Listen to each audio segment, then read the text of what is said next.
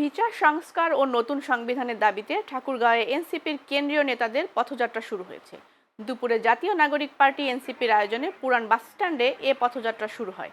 এনসিপির কেন্দ্রীয় নেতাদের স্বাগত জানাতে জেলার বিভিন্ন উপজেলা থেকে এনসিপির নেতাকর্মীরা জেলা শহরের বাসস্ট্যান্ডে জড়ো হয়। এ সময় উপস্থিত ছিলেন জাতীয় নাগরিক পার্টি এনসিপির আহ্বায়ক নাহিদ ইসলাম, সদস্য সচিব আক্তার হোসেন, উত্তরাঞ্চলের মুখ্য সংগঠক সার্জিস আলম, দক্ষিণাঞ্চলের মুখ্য সংগঠক হাসনাত আবদুল্লাহ, সিনিয়র যুগ্ম সদস্য সচিব ডক্টর তাসনিম জারা, মুখ্য সমন্বয়ক নাসির উদ্দিন পাটোয়ারি, সিনিয়র যুগ্ম আহ্বায়ক সামান্তা শারমিন, সিনিয়র যুগ্ম মুখ্য সমন্বয়ক আব্দুল হান্নান মাসুদ সহ অন্যান্যরা।